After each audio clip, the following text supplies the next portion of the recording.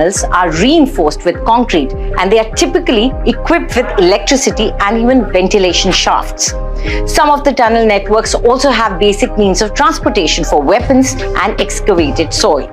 Up to 50,000 Palestinians are employed in the construction of these tunnels and in the smuggling business, according to a report which was published in 2013 by The Guardian.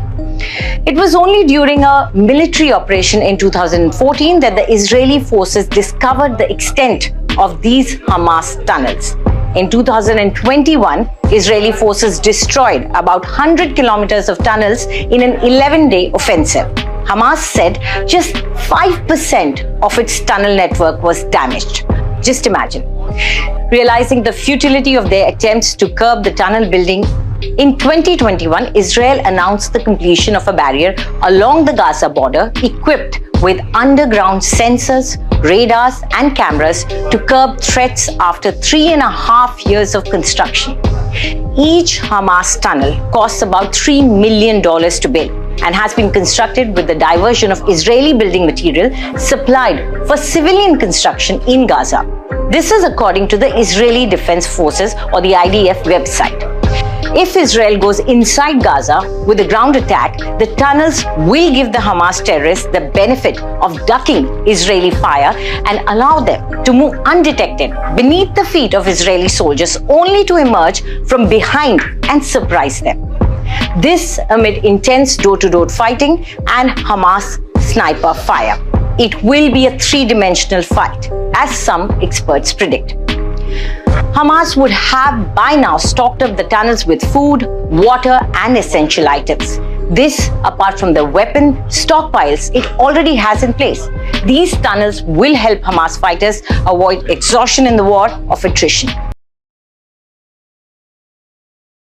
Positions. Its fighters will form small hunter-killer teams that move underground, pop up, strike and pop quickly back into the tunnel. Hamas also uses the tunnels to hide and move rockets. Entering these maze of tunnels will pose a major challenge for Israeli soldiers. Troops will need special equipment depending on the depth and width of the tunnels. Even satellite-based communication and navigation tools might become ineffective. But the Israeli military has specialized units and munitions to deal with the tunnels. There are specialized units like the IDF Combat Engineering Corps, an elite commando unit which specializes in finding, clearing and destroying tunnels. The specialized IDF units have customized weapons for subterranean battles. The Israeli military also has its own canine unit with dogs trained for operating in tunnels. Israeli forces specializing in tunnel warfare are training intensively for the Gaza invasion, and the training is being held in facilities built to imitate Hamas tunnels. This is all according to certain news reports.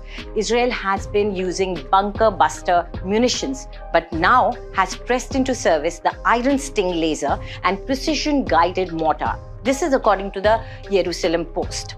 The Iron Sting has a range of 1 to 12 kilometers and can penetrate double reinforced concrete, the like which Hamas uses to secure its tunnels. But it's all very complex. Imagine, these tunnels were even used to smuggle in hyenas, foxes, monkeys, deer and even lions into the zoo in Gaza after the 2007 blockade, all drugged and smuggled in sacks through the underground tunnels into Gaza from Egypt. If there are tunnels through which a lion was smuggled in, just think what hell could the Hamas terrorists unleash with the use of these tunnels.